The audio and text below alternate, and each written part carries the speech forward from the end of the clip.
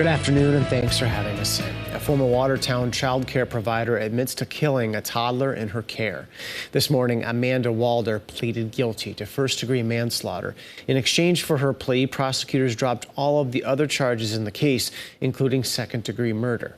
In July of 2021, Walder was watching 17-month-old Liam Koistinen at her in-home daycare when police were called for an unconscious child. Liam suffered a brain bleed and died in the hospital.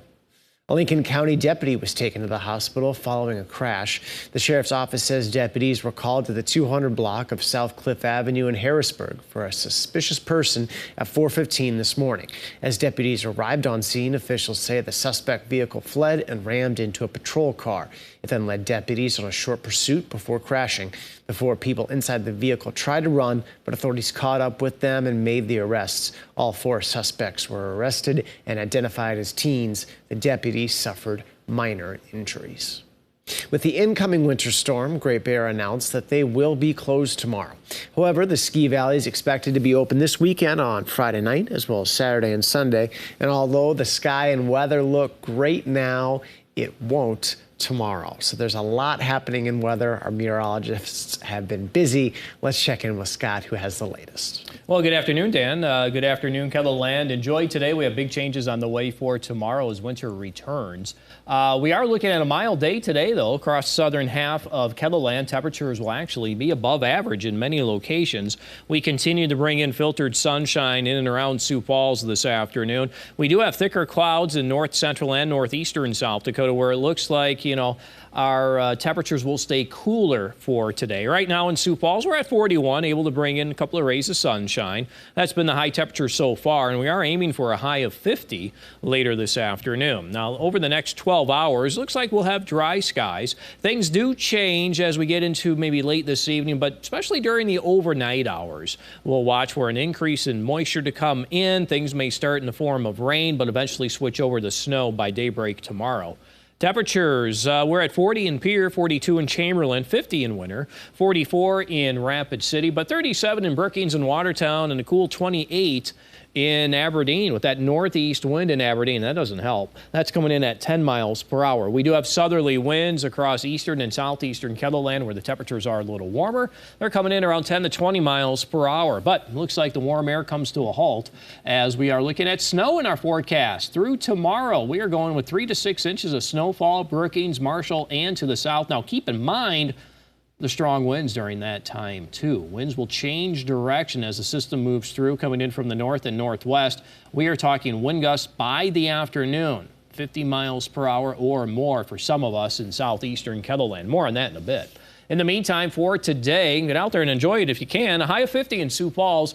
It says 56 in Yankton. Will not be surprised if we do get close to 60. Parts of south central South Dakota, and there may be an isolated 70-degree reading pop. Otherwise, numbers in the middle 30s in north central and northeastern South Dakota. For tonight, cloudy skies. We'll watch for the increasing chances for that wintry precip.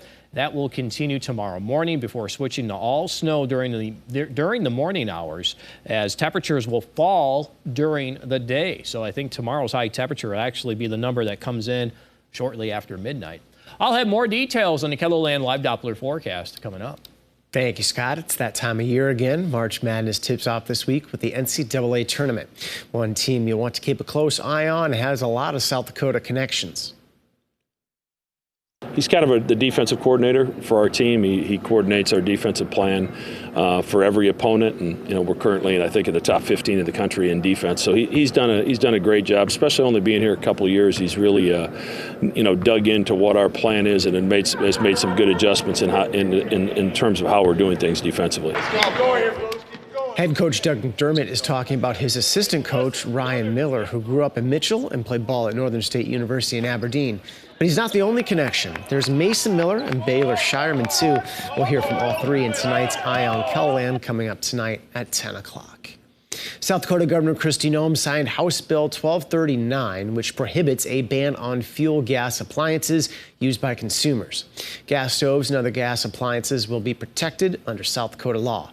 HB 1239 passed the Senate 35-0 and passed the House 67-3. The bill came after a Bloomberg News story reported the U.S. Consumer Product Safety Commission might consider a ban on gas stoves because it contributes to asthma. For additional information on the list of bills Noem signed into law, check out this report on our website. The Biden administration's approval of a massive oil development in northern Alaska commits the United States to yet another decades-long crude project. That's raising alarm as scientists urge a halt on additional fossil fuels to stem devastating climate change. ConocoPhillips's Willow project was approved Monday and would result in at least 263 million tons of planet-warming gases over 30 years. Scientists say it's moving the world in the wrong direction at a time when emission reductions are needed. But for Alaska, the project promises an economic boost. An incident in the skies over the Black Sea is escalating already strained relations between the United States and Russia. Skylar Henry has additional details from Washington.